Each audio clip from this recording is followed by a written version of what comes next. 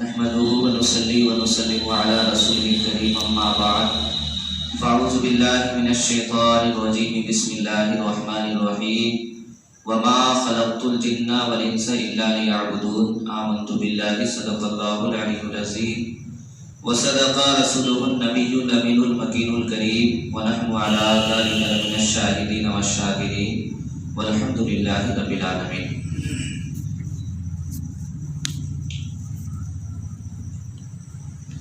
بے شک زمین و آسمان کے اندر پوری دنیا میں جتنی چیزوں کو ہم دیکھ رہے ہیں ان سب کا خالق اور مالک کون ہے؟ اللہ تبارک و تعالی۔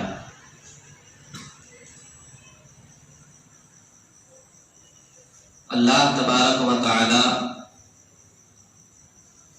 ہی زمین و آسمان اور اس کے اندر کی تمام چیزوں کا پیدا فرمانے والا ہے، اور کائنات میں جتنی بھی چیزیں ہیں کوئی بھی چیز عبث اور بیکار نہیں ہے۔ ہر چیز کو اللہ تبارک و تعالی نے کسی نہ کسی مقصد کے لیے پیدا فرمایا ہے۔ چھوٹی سے چھوٹی اور معمولی سے معمولی چیز بھی بے مقصد نہیں ہے، بیکار نہیں ہے۔ کسی روایت میں آتا ہے کہ ایک دفعہ حضرت موسیٰ علیہ السلام نے چھپکلی کے بارے میں اللہ تبارک و تعالی سے سوال کیا، اے رب کریم، تو نے کائنات کی تمام چیزوں کو پیدا فرمایا ہے، تو ہی ان سب کا خالق و مالک ہے، اور کوئی بھی چیز عبث اور بیکار نہیں ہے، سب کو کسی نہ کسی غرض اور مقصد کے لیے پیدا فرمایا۔ تو اے اللہ، ہر ایک چیز کی پیدائش کا غرض اور مقصد سمجھ میں آ گیا، لیکن چھپکلی کو پیدا کرنے کا کیا مقصد ہے؟ اس کو تو نے کیوں بنایا؟ تو اللہ تبارک و تعالیٰ کی بارگاہ سے آواز آئی کہ میرے کلیم، اے میرے پیغمبر، ابھی یہی سوال تو تم سے پہلے اس چھپکلی نے مجھ سے کیا ہے کہ اے رب، تمام چیزوں کی پیدائش کا غرض سمجھ میں آ گیا، لیکن موسیٰ کو تم نے کیوں پیدا کیا ہے؟ تو تم دونوں کے سوال کا ایک ہی جواب ہے کہ تم کو بھی ایک غرض اور مقصد کے تحت پیدا کیا، اور اس کو بھی ایک غرض اور مقصد کے تحت پیدا فرمایا۔ تو حاصل کلام یہ ہے کہ کوئی بھی چیز عبث اور بیکار نہیں ہے، اور آپ اور ہم سب جانتے ہیں کہ تمام مخلوق میں سب سے افضل اور اشرف اللہ تبارک و تعالی نے ہم انسانوں کو پیدا فرمایا ہے۔ تو سوچیں، غور و فکر کریں کہ جب دنیا کی معمولی سے معمولی اور چھوٹی سی چھوٹی چیز بے مقصد پیدا نہیں کی گئی، تو ہم انسان تو اشرف المخلوقات ہیں۔ تمام مخلوق میں اللہ تبارک و تعالی نے ہم انسانوں کو سب سے افضل اور اشرف بنایا ہے۔ تو کیا کبھی ہم اور آپ نے یہ غور و فکر کیا، سوچا کہ ہم انسان جس کو اللہ تبارک و تعالی نے سب سے افضل، سب سے اشرف بنایا، تاج کرامت ہم انسانوں کے سروں پر رکھا، تو ہم انسانوں کی پیدائش کا کیا غرض ہے، کیا مقصد ہے؟ اس سوال کا جواب قرآن عظیم سے ملتا ہے۔ اللہ تبارک و تعالیٰ فرماتا ہے وَمَا خَلَقْتُ الْجِنَّ وَالْإِنسَ إِلَّا لِيَعْبُدُونِ، کہ میں نے انسانوں اور جناتوں کی جماعت کو صرف اپنی عبادت کے لیے پیدا کیا۔ تو پتہ چلا کہ ہم انسانوں کی پیدائش کا غرض اور مقصد اللہ تبارک و تعالیٰ کی عبادت کرنا ہے، اللہ تبارک و تعالیٰ کی بندگی کرنی ہے۔ عزیزان ملت اسلامیہ، تو جس اللہ تبارک و تعالیٰ نے ہم اور آپ کو فقط اپنی عبادت کے غرض سے، اپنی عبادت کے مقصد کے تحت پیدا فرمایا ہے، اس اللہ کے بارے میں، اس خدا کے بارے میں ہم جانتے ہیں کچھ؟ جس اللہ نے ہمیں دیکھنے کے لیے آنکھ عطا فرمائی، سننے کے لیے کان دیے، بولنے کے لیے زبان دیے، سوچنے سمجھنے کے لیے عقل اور دماغ دیا، کام کاج کرنے کے لیے ہاتھ دیا، چلنے پھرنے کے لیے پاؤں دیا، بے شمار نعمتوں سے سرفراز فرمایا. کیا کبھی ہم نے غور کیا کہ جس نے ہمیں اتنی ساری نعمتیں دی ہیں کہ کسی ایک ادنا سی نعمت کا بھی ہم احسان نہیں چکا سکتے، اس اللہ کے بارے میں ہم کیا جانتے ہیں؟ عزیزان ملت اسلامیہ، جس اللہ نے ہم کو عبادت اور بندگی کے لیے پیدا فرمایا ہے، ہم اس کے بارے میں کیا جانتے ہیں، کیا عقیدہ اور کیا خیال رکھتے ہیں؟ یہ جاننا بہت ہی ضروری اور اہم ہے. ہم اور آپ کی پیدائش کا غرض اور مقصد اللہ تبارک و تعالیٰ کی عبادت اور بندگی ہے، مگر عبادت کی قبولیت کا دار و مدار ایمان پر ہے، عقیدے پر ہے. اگر عقیدہ صحیح، ایمان صحیح، تو عبادتیں بھی صحیح. اور اگر ایمان و عقیدہ ہی متزلزل ہے، ایمان و عقیدہ ہی صحیح اور درست نہیں ہے، تو کوئی بھی عبادت کرے وہ سب رائے گا اور بے سود ہے، بیکار ہے. تو سب سے پہلے ہم اپنے بیان کا آغاز عقائد کے بیان سے شروع کریں گے کہ اللہ تبارک و تعالیٰ کے بارے میں ہمیں کیسا عقیدہ رکھنا چاہیے، کیا خیال ہونا چاہیے. انشاءاللہ عز و جل ہر جمعرات کو اسی طرح مسجد میں یہ پروگرام رکھا جائے گا. آپ تمام حضرات خود بھی آئیں اور اپنے دوست و احباب اور لوگوں تک بھی یہ بات پہنچائیں اور انہیں ساتھ لے کر کے آئیں. انشاءاللہ بہت کچھ سیکھنے، سمجھنے اور جاننے کا موقع ملے گا.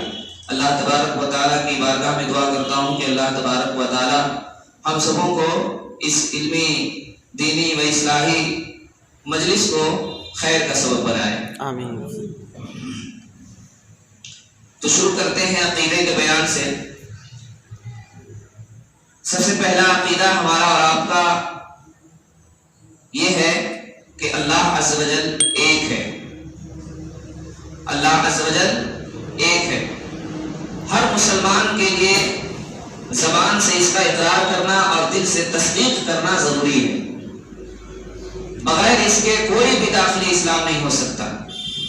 الحمدللہ ثم الحمدللہ، ہم سب مسلمان ہیں، زبان سے اس کا اقرار بھی کرتے ہیں اور دل سے تصدیق بھی کرتے ہیں. کرتے ہیں کہ نہیں کرتے ہیں؟ اور ہم جو کلمہ طیبہ لا الہ الا اللہ محمد رسول اللہ پڑھتے ہیں، اس کا معنی بھی یہی ہے، لا الہ الا اللہ، اللہ کے سوا کوئی معبود نہیں، اللہ کے سوا عبادت کا کوئی مستحق نہیں ہے. وہ اکیلا ہے جس کی پرستش، جس کی عبادت ہونی چاہیے. یعنی معبود خدا صرف ایک ہی ہے. اب اگر کوئی کہے کہ کیا ثبوت ہے کہ اللہ ایک ہے، تو آپ جانتے ہیں کہ ہمارا سب سے بڑا اہم ثبوت قرآن مجید ہے.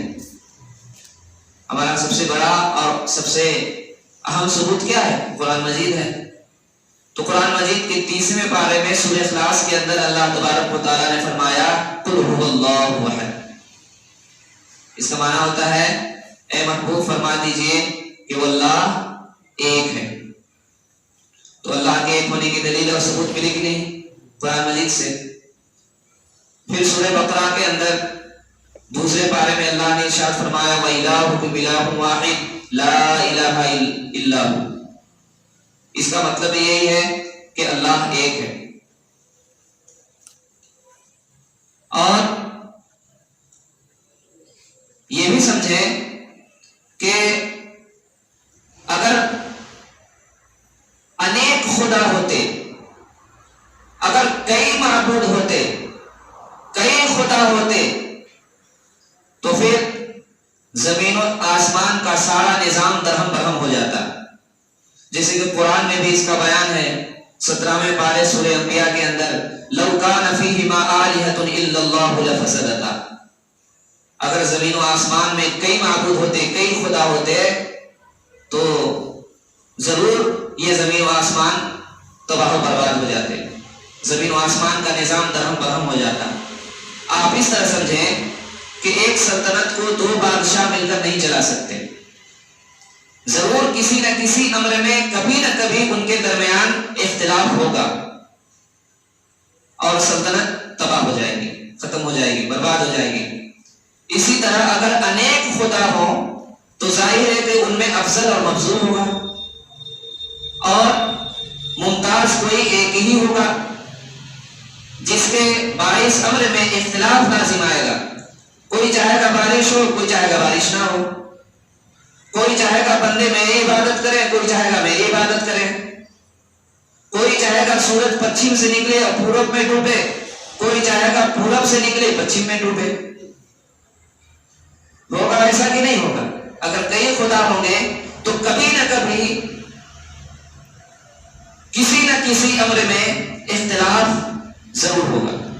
مگر آپ دیکھیں کہ کروڑوں برس کے بعد بھی آج بھی زمانے اور دنیا کا نظام وہی ہے جو پہلے دن تھا۔ آپ دیکھیں کہ پہلے دن بھی سورج پورب سے نکلتا تھا، پچھم ڈوبتا تھا، آج بھی سورج پورب سے نکلتا ہے اور پچھم میں ڈوبتا ہے۔ چاند کا نظام وہی، ستارے کا نظام وہی، ہوا کا نظام وہی، غرض کے زمانے کا آج بھی کروڑوں برس بعد وہی نظام ہے جو پہلے دن تھا۔ یہ اس بات کی زمانے کا نظام بدستور باقی رہنا، یہ اس بات کی دلیل ہے، ثبوت ہے کہ اللہ ایک ہے۔ اگر دو یا انیک خدا ہوتے تو یقیناً امر میں اختلاف ہوتا اور زمین و آسمان کا نظام درہم برہم ہو جاتا۔ تو حاصل کلام یہ کہ ہمارا عقیدہ سب سے پہلے یہ ہونا چاہیے کہ اللہ تبارک و تعالی ایک ہے، اس کا کوئی شریک نہیں، نہ ذات میں، نہ صفات میں، نہ فعال میں، نہ حکام میں، نہ اسما میں، کسی بھی چیز میں کوئی بھی اس کا شریک نہیں۔ وہ جس طرح اپنی ذات میں یکتا و بے مثال ہے، اپنی صفات میں بھی یکتا و بے مثال ہے، اپنے افعال میں بھی یکتا و بے مثال ہے، اور احکام میں بھی یکتا و بے مثال ہے، اسما میں بھی یکتا و بے مثال ہے، اس کا کوئی شریک نہیں۔ اور اللہ واجب الوجود ہے۔ واجب الوجود کا مطلب ہوا کہ اس کا موجود ہونا، اس کا پایا جانا ضروری ہے، اور عدم محال ہے، یعنی نہ ہونا یہ ممکن ہی نہیں ہے۔ آپ غور کریں اور سوچیں کہ دنیا کی چھوٹی سی چھوٹی چیز بغیر کسی کاریگر کے وجود میں نہیں آ سکتی ہے۔ چھوٹا سے چھوٹا کام بغیر کسی کے کیے پورا نہیں ہو سکتا ہے۔ آپ دیکھیں کہ اگر آپ کو کرسی کی ضرورت ہو، پلنگ کی ضرورت ہو، ٹیبل وغیرہ کی ضرورت ہو تو اس کے لیے بڑھئی کی ضرورت ہوگی۔ مٹی سے بنے کسی ساز و سامان کی ضرورت ہو تو کمہار کی ضرورت ہوگی۔ ہتھیار و اسلحے کی ضرورت ہے تو لوہار کی ضرورت ہوگی۔ مکان تعمیر کرنا ہے تو مستری کی ضرورت ہوگی۔ کر سکے کوئی بھی چھوٹا سے چھوٹا کام، چھوٹی سی چھوٹی چیز بغیر کرنے والے کے، بغیر کاریگر کے وجود میں نہیں آ سکتی، تو پھر یہ اتنی بڑی دنیا کا نظام آخر کون چلا رہا؟ سورج کا نظام کیا اپنے آپ چل رہا ہے؟ چاند کا نظام کیا اپنے آپ چل رہا ہے؟ ستارے کا نظام کیا اپنے آپ چل رہا ہے؟ جب سے دنیا بنی اس وقت سے لے کر آج تک انسان پیدا ہوتے ہیں اور مرتے ہیں، کیا یہ نظام اپنے آپ چل رہا ہے؟ جسم اور روح کا نظام کیا یہ اپنے آپ چل رہا ہے؟ ہوا کا نظام، آگ کا نظام، پانی کا نظام کیا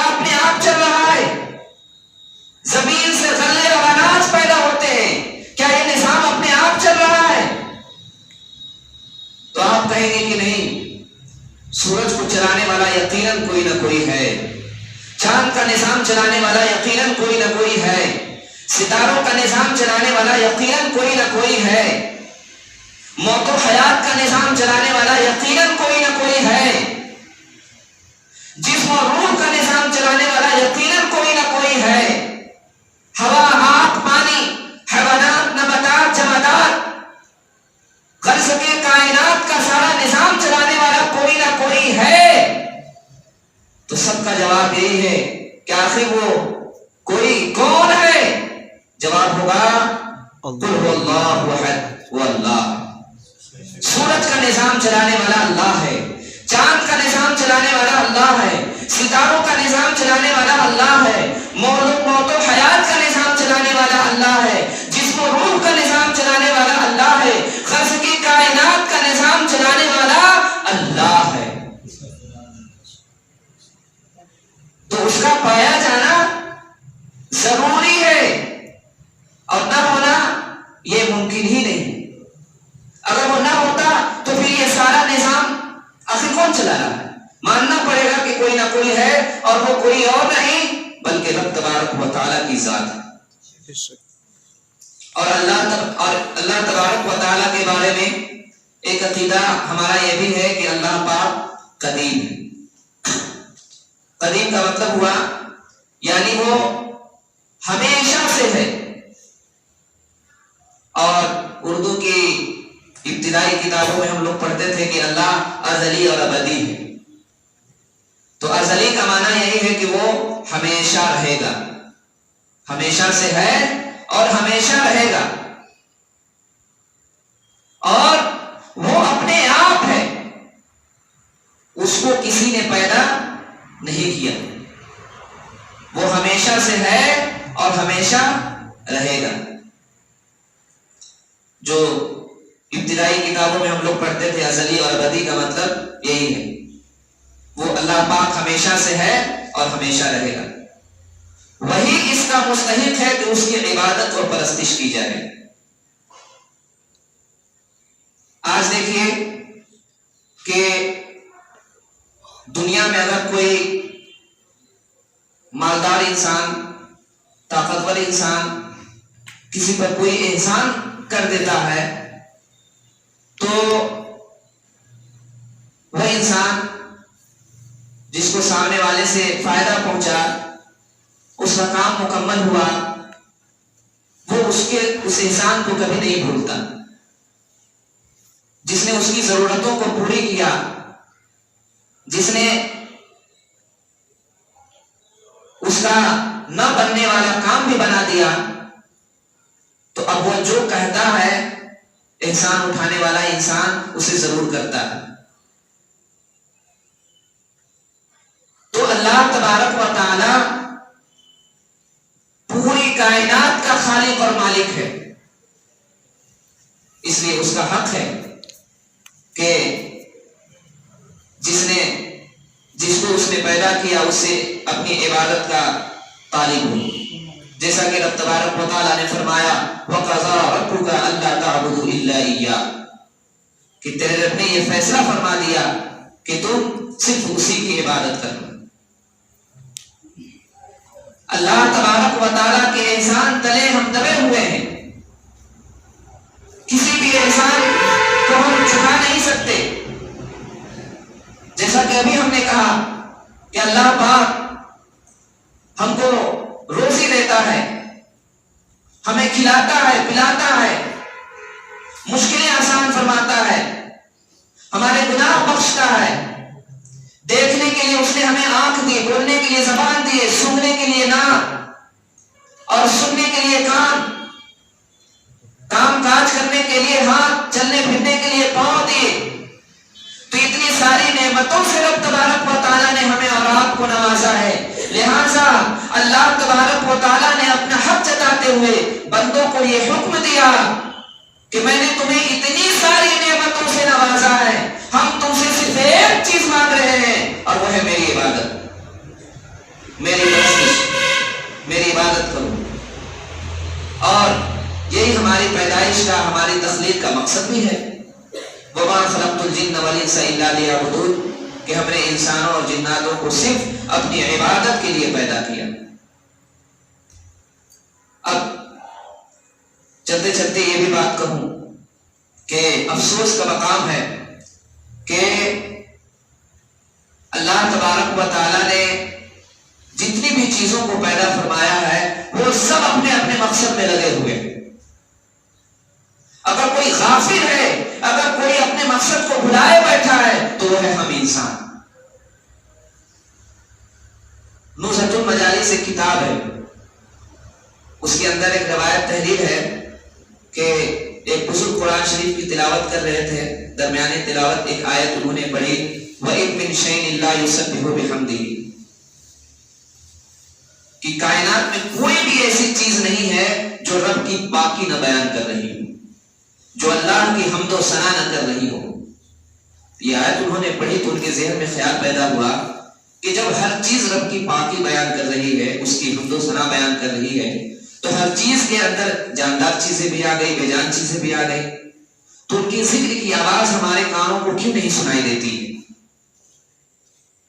ابھی یہ خیال ذہن میں آنا تھا کہ انہیں اس ننجا کی حاجت ہوئی اور وہ اپنی ضرورت پوری کرنے کے لیے پانی میں لوٹے بھر کر کے آگے بڑھے، اور قریب تھا کہ وہ اپنی حاجت پوری کرتے کہ اس لوٹے سے اللہ اللہ کی صدا آنے لگی، اللہ اللہ کی آواز آنے لگی۔ تو انہوں نے اس لوٹے کو وہیں چھوڑ دیا کہ جس چیز سے اللہ اللہ کی ذکر کی آواز بلند ہو رہی ہو، بھلا ہم اس کو اس کام میں کیسے استعمال کر سکتے ہیں؟ اب مکان سے نکلے، میدان میں آئے اور ضرورت پوری کرنے کے لیے مٹی کا ڈھیلا اٹھایا کہ اس سے اپنی ضرورت پوری کر لیں، مگر اس مٹی کے ڈھیلے کو جیسے اٹھایا تو اس سے بھی اللہ اللہ کی آواز آنے لگی۔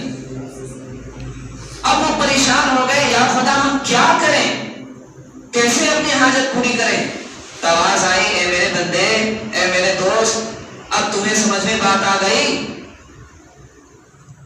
اگر رب نے فرمایا ہے وَإِن مِّن شَيْءٍ إِلَّا يُسَبِّحُ بِحَمْدِهِ کہ ہر چیز کائنات کی ہر ایک چیز رب کی پاکی بول رہی ہے، اللہ کی حمد و ثنا بیان کر رہی ہے، تو یہ چیز بالکل حق اور درست ہے، یہ صحیح ہے، تمہارا اس پر ایمان ہونا چاہیے۔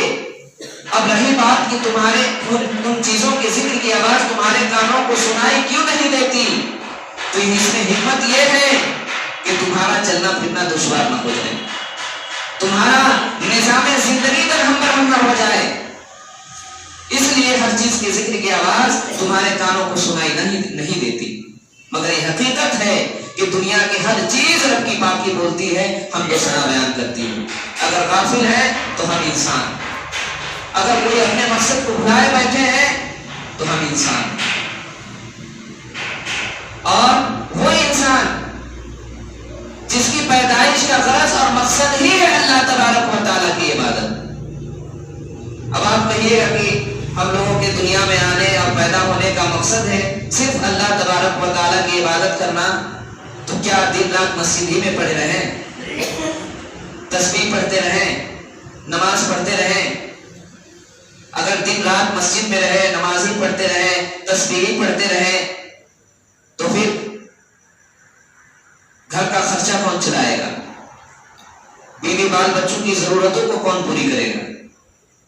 تو میں آپ سے یہ کہنا چاہتا ہوں کہ آیت کا یہ مطلب ہرگز نہیں ہے کہ ہم دن رات مسجد میں رہے، نماز پڑھتے رہے، تسبیح پڑھتے رہے، اور عبادت کے لیے ہم وقت مسجد ہی میں رہیں، عبادت ہی میں مصروف رہیں۔ رب تبارک و تعالیٰ کے اس حکم کا مطلب یہ ہے کہ اللہ پاک نے تم کو جن جن چیزوں کے کرنے کا حکم دیا ہے اس کو کرو، اور جن باتوں سے رکنے کا حکم دیا ہے اس سے باز آ جاؤ، اس سے رک جاؤ۔ نماز پڑھنے کا حکم دیا، نماز پڑھو، روزے کا حکم دیا، روزہ رکھو، زکوٰۃ و فطرات کا حکم دیا، زکوٰۃ و فطرات دو، حج کا حکم دیا، حج کرو، ہر حق والے تک اس کا حق پہنچاؤ۔ شراب سے منع کیا، شراب سے رک جاؤ، جوئے سے روکا، جوا سے رک جاؤ، زنا سے روکا، زنا سے رک جاؤ، فحش اور بری باتوں سے روکا، اس سے رک جاؤ۔ آیت کا یہ مطلب ہے، اور سیدھا سادہ مفہوم یہ کہ اپنی زندگی کے ہر عمل کو سنت رسول کی روشنی میں ڈھال لو، تمہارا ہر کام عبادت میں شمار ہوگا۔ مثلا ہم کھانا روز کھاتے ہیں کہ نہیں کھاتے ہیں؟ بغیر کھائے زندہ نہیں رہ پائیں گے۔ کھانا روز کھاتے ہیں، اگر سنت کے مطابق کھائیں تو ہمارا کھانا بھی عبادت میں شمار ہوگا۔ ہم پانی روز پیتے ہیں، سنت کے مطابق پئیں، ہمارا پانی پینا بھی عبادت میں شمار ہوگا۔ ہم چلے پھریں تو سنت کے مطابق چلے پھریں، ہمارا چلنا پھرنا بھی عبادت میں شمار ہوگا۔ ہم سوئیں تو سنت کے مطابق سوئیں، انشاءاللہ ہمارا رات بھر سونا عبادت میں شمار ہوگا۔ اٹھیں تو سنت کے مطابق اٹھیں، ہمارا اٹھنا بھی عبادت میں شمار ہوگا۔ کسی سے ملاقات کریں، بات چیت کریں، سنت کے مطابق کریں، ہمارا ملاقات کرنا، آپس میں بات چیت کرنا بھی عبادت میں شمار ہوگا۔ غرض کے اپنی زندگی کے جو کام ہے اس سب کو سنت کے مطابق کریں تو سب عبادت میں شمار ہوگا۔ اور ہمارا جو مقصد ہے اللہ تبارک و تعالیٰ کی عبادت کرنا، اس پر عمل ہوگا، اس کی بجا آوری بھی ہوگی۔ عزیزان ملت اسلامیہ، تو ہمارا حاصل کلام یہ کہ ہمارا آپ کو یہ عقیدہ رکھنا چاہیے کہ اللہ پاک ایک ہے، اس کا کوئی شریک نہیں، نہ ذات میں، نہ صفات میں، نہ افعال میں، نہ احکام میں، نہ اسماء میں۔ وہ واجب الوجود ہے، یعنی اس کا وجود ضروری ہے، اور عدم محال ہے، یعنی اس کا موجود نہ ہونا ناممکن ہے۔ وہ قدیم ہے، یعنی ہمیشہ سے ہے، ازلی کے بھی یہی معنی ہے، باقی ہے یعنی ہمیشہ رہے گا، اور اسی کو ابدی بھی کہتے ہیں۔ وہی اس کا مستحق ہے کہ اس کی عبادت و پرستش کی جائے۔ ہم اللہ تبارک و تعالیٰ کی بارگاہ میں دعا کرتے ہیں کہ اللہ تبارک و تعالیٰ ہم اور آپ کو سب کو اپنے مقصد تخلیق پر عمل اور بجا آوری کی توفیق عطا فرمائے۔ اور ہم سوچیں کہ ہم اپنی زندگی کے ہر کام کر لیتے ہیں، یہاں جانا ہے، وہاں جانا ہے، یہ کام کرنا ہے، وہ کام کرنا ہے، یہ ترتیب دینا ہے، وہ ترتیب دینا ہے، اپنی فائدے کے لیے، اپنی ضرورت کے لیے ہم اپنا ہر کام وقت پر کر گزرتے ہیں۔ لیکن جس نے ہمیں پیدا کیا، جو ہمیں روزی دیتا ہے، اور جس کی عبادت ہی ہماری زندگی اور حیات کا مقصد ہے، اس کے لیے ہم کچھ نہیں کرتے۔ تو آئیے نا آج ہم سب مل کر کے عہد کریں کہ اللہ پاک نے ہم کو، آپ کو جس مقصد کے لیے پیدا کیا، انشاءاللہ آج سے اس مقصد کی بجاوری کی طرف قدم بڑھائیں گے، اور اپنی عبادت کے ذریعے، اپنے اعمال کے ذریعے، اپنے اچھی عادات، اخلاق اور اطوار کے ذریعے سنت پر عمل کر کے رب کو راضی کرنے کی کوشش کریں گے۔ دنیا میں کیا ہے؟ سب سے انمول نعمت رب تبارک و تعالیٰ کی رضا ہے۔ قسم خدا کی، اگر رب کی رضا حاصل ہو جائے نا تو زندگی کی معراج حاصل ہو جائے گی۔ اب وہ کیسے حاصل ہوگی؟ اسی طرح۔ تو آئیے ہم اور آپ اپنے مقصد تخلیق کی طرف قدم بڑھاتے ہیں، اپنا ہر کام ہم کر لیتے ہیں۔ اس کے لیے کتنا وقت درکار ہے؟ فجر میں مشکل سے 10 منٹ، ظہر میں 10 سے 15 منٹ، عصر میں 5 سے 7 منٹ، مغرب میں 10 منٹ، عشاء میں 10 سے 15 منٹ۔ تو کیا جو رب ہمیں کھلاتا ہے، پلاتا ہے، روزی دیتا ہے، اتنی نعمتوں سے اس نے ہم اور آپ کو سرفراز فرمایا، کیا ہم اس کے لیے دن بھر میں 5 وقت یہ تھوڑا تھوڑا نہیں نکال سکتے ہیں؟ اپنی ضرورت کے لیے ہم گھنٹوں کیا کئی دن اور رات صرف کر دیتے ہیں۔ ہمارا خدا، آپ کا خدا ہم سے دن بھر میں صرف 5 وقت یہ تھوڑے تھوڑے وقت مانگ رہا ہے۔ انشاءاللہ عز و جل اپنے دن اور رات کے یہ تھوڑے تھوڑے وقت ہم اس کے لیے نکال لینا تو ہمارے جتنے کام بگڑے ہوئے ہیں سب بن جائیں گے اس کی کی برکت سے. جو بھی کام ہمارا ادھورا رہ گیا ہے وہ سب کام پورا ہو جائے گا. ہماری ساری امیدیں، آرزویں، خواہش اور تمنا سب پر آئیں گی، سب پوری ہو جائیں گی. صرف اس کی رضا چاہیے. اللہ تبارک و تعالی ہم اور آپ کو سب کو مقصد تخلیق عبادت پر عمل کرنے کی توفیق عطا فرمائے. استغفر اللہ ربی من کل ذنب واتوب الیہ، وآخر دعوانا الحمد للہ رب العالمین. السلام علیکم.